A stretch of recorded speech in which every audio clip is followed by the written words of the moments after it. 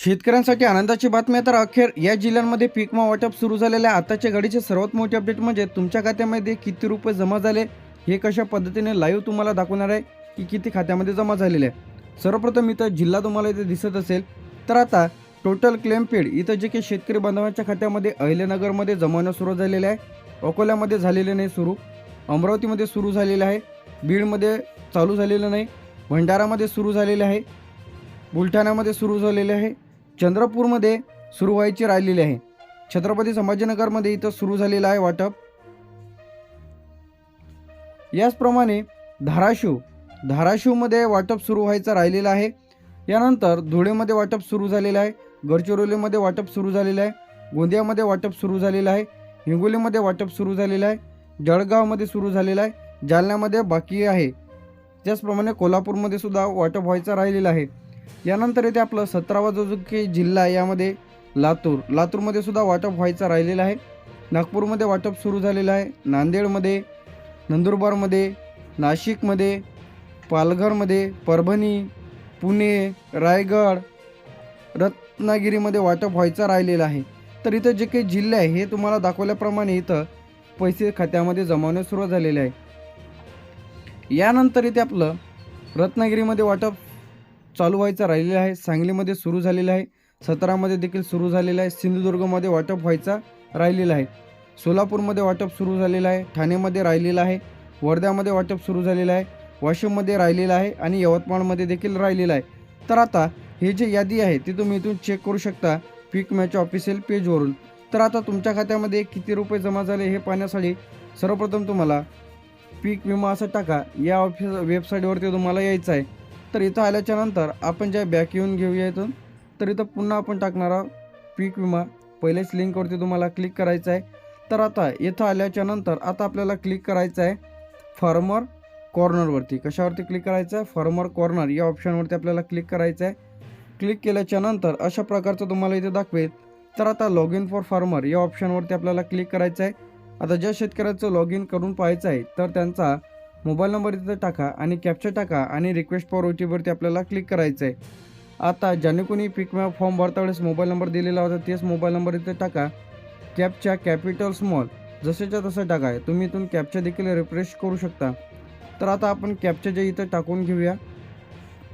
तर कॅप्चा आपण इथं आता इंटर करत आहे. त्यानंतर तुमचा मोबाईल नंबर जे आहे ते मोबाईल नंबर इथं तुम्हाला टाकून घ्यायचा आहे. तर मी माझा मोबाईल नंबर इथं इंटर करून घेणार आहे. OTP टाकल्यानंतर OTP सेंड झालेला आहे. OTPसाठी थोडा वेट करा. OTP देखील आपल्याला आलेला आहे. तर OTP आपण ज्या इथं पेस्ट करून घेऊया इथं OTP. तर इथं OTP जे आहे आपण इथं पेस्ट केल्याच्या नंतर आता आपल्याला जे की इथं सबमिटवरती क्लिक करायचं आहे. जसं आपण सबमिटवरती क्लिक कराल तर इथं आपला जो काही मोबाईल नंबर आहे ते संपूर्ण डिटेल्स इथं येऊन जाईल. तर इथं तुम्हाला खाली करायचं आहे. खाली ड्रॅग केल्याच्या नंतर इथं तुम्हाला पाहायचं आहे टोटल क्लेम पेड म्हणजे काहीच जमा झालेला नाही आहे यामध्ये. तर इथं तुम्ही जे चेक करू शकता 2018 पासून जर तुम्ही 2024चं सिलेक्ट केलं तर यांच्या खात्यामध्ये पैसे जमा झालेले आहे. तर आता आपण जे काही आधीच पाहिलं होतं की कोणत्या जिल्ह्यात वाटप सुरू व्हायचं राहिलेलं आहे, वाशिम जिल्ह्यांमध्ये इथं वाटप सुरू व्हायचं राहिलेलं आहे, यवतमाळमध्ये, तर लवकरच या जिल्ह्यांमध्ये वाटप इथं होणार आहे. याचप्रमाणे खरीप रब्बी जो काही पीक विमा आहे ते जमा झाले की नाही चेक करू शकता. त्याचप्रमाणे 2023 सिलेक्ट केलं तर यांनी पीक विम्याचा फॉर्म भरलेला नव्हता, जर रैतांनी रब्बी सिलेक्ट केलं तर यांच्या खात्यामध्ये पैसे जमा होत आहे. तर अशा पद्धतीने तुम्ही इथून चेक करून घ्या की टोटल क्लेम पेड किती आहे. तर इथं तुम्हाला इयर्स दाखवण्यात येईल. त्यानंतर इथं खरीप आहे की रब्बी आहे ते तुम्हाला इथं सिलेक्ट करता येणार आहे. तर खरीप आहे की रब्बी आहे तर तुम्ही इथून सिलेक्ट करा. इथं वर्ष सिलेक्ट करायचं आहे. तर इथं आपण वर्ष सिलेक्ट करून घेणार आहोत 2025चा. तर तुम्हाला इथून खरीपचा पाहिजे की रब्बीचा ते तुम्हाला इथे सिलेक्ट करा. आपण खरीपचा. तर इथं अशा पद्धतीने तुम्ही इथून चेक करून घ्या की तुमच्या खात्यामध्ये टोटल क्लेम पेड किती झालेला आहे. तर या माध्यमातून तुम्ही यावरती जर असं क्लिक कराल टोटल क्लेम पेड यावरती तुम्ही असे क्लिक कराल तर तुम्हाला कोणत्या पिकाचा पीक विमा जमा झालेला आहे, किती कोणत्या पिकासाठी किती पीक विमा मिळालेला आहे संपूर्ण डिटेलमध्ये माहिती तुम्हाला मिळून जाईल. तर अशा पद्धतीने तुम्ही चेक करा घरबसल्या.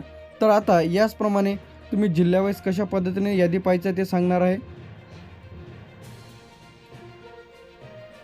सर्वप्रथम आपण ऑफिशियल पेजवरती इथं आलेलो आहोत. डॅशबोर्डवरती क्लिक करा. पहिली जी लिंक येईल या पहिल्याच ऑप्शनवरती आपल्याला क्लिक करायचं आहे. क्लिक केल्याच्या नंतर इथं तुम्हाला हे प्रकारचं ऑप्शन दिसेल आपलं स्टेट रिपोर्ट या ऑप्शनवरती आपल्याला क्लिक करायचं आहे. क्लिक केल्याच्या नंतर इथं आपल्याला इयर सिलेक्ट करायचं आहे. तर आपल्याला 2025. त्याचप्रमाणे आता ज्याचा पीक विमा जमा झालेला आहे व ज्या जिल्ह्यांमध्ये ते पाहण्यासाठी इथं आपल्याला डिस्ट्रिक्ट सिलेक्ट करायचं आहे. त्याचप्रमाणे आपला जो काही राज्य आहे आपला महाराष्ट्र, त्याचप्रमाणे आता पीक विमा जमा झाला की नाही हे तुम्हाला इथं दाखवेल. तर जे काही तुम्हाला संख्या दिसत आहे तर या जिल्ह्यांमध्ये वाटप सुरू झालेलं आहे. याचप्रमाणे इथं खरीप आहे 2025. तर या जिल्ह्यांमध्ये जे काही 00 दिसत आहे तर या जिल्ह्यांमध्ये पीक विमा जमा व्हायचा राहिलेला आहे, लवकरच जमा होईल. तर अशा पद्धतीचे तुम्ही अपडेट्स आणि नवीन व्हिडिओज पाहू शकता. चॅनलला सबस्क्राईब